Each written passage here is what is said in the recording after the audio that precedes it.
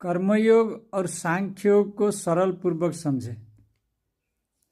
कर्मयोग मतलब कर्म में योग, यानी सब्जेक्ट और ऑब्जेक्ट, कर्ता और कर्म दो हो गए, तो दोनों का योग हो जाता है, मिलन हो जाते हैं, एक हो जाते हैं, कर्म योग हो गया।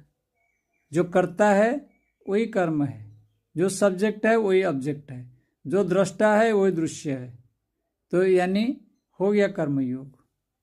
सांख्य योग जो है उसमें न्यूमेरिकल्स है, वन मैनी, एक और अनेक, एक में अनेक और अनेक में एक, बस ये समझ में आ गया तो सांख्य योग हो गया।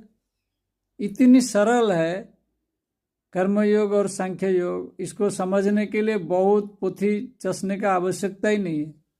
अगर एक में हम अनेक को देख ले, अनेक में एक को देख ले, सांख्य योगी हो गए। तो दोनों एक ही चीज है, कर्मयोग और सांख्य योग, केवल एप्लीकेशन अलग अलग है। एक न्यूमेरिकल एप्लीकेशन है, एक सब्जेक्ट ऑब्जेक्ट दृष्टा दृश्य का रूप में है, यानी नेम एंड फॉर्म का रूप में है। इसलिए हमको पढ़ाया भी जाता है उसी रूप में। जब शुरू में बच्चे को पढ़ाया जाता है तब न्यूमेरिकल भी पढ़ाया जाता है, 1 2 3 जो भी है 1 2 3 पढ़ाया जाता है। फिर उसके साथ साथ उसका अल्फ़ाबेट्स भी पढ़ाया जाता है, चाहे इंग्लिश में हो चाहे कोई भी लैंग्वेज में हो, अल्फ़ाबेट्स पढ़ाया जाता है, उसको कोई रूप के साथ जोड़ा जाता है। तो दोनों पढ़ाया जा रहा है साथ साथ, कर्मयोग और सांख्य योग पढ़ाया जा रहा है, परंतु हमें समझ में ही नहीं आ रहा है। हम उसको अलग दृष्टि से देख रहे हैं, कोई बताता नहीं है कि ये कर्मयोग है, ये सांख्य योग है, इसको कैसे समझना है।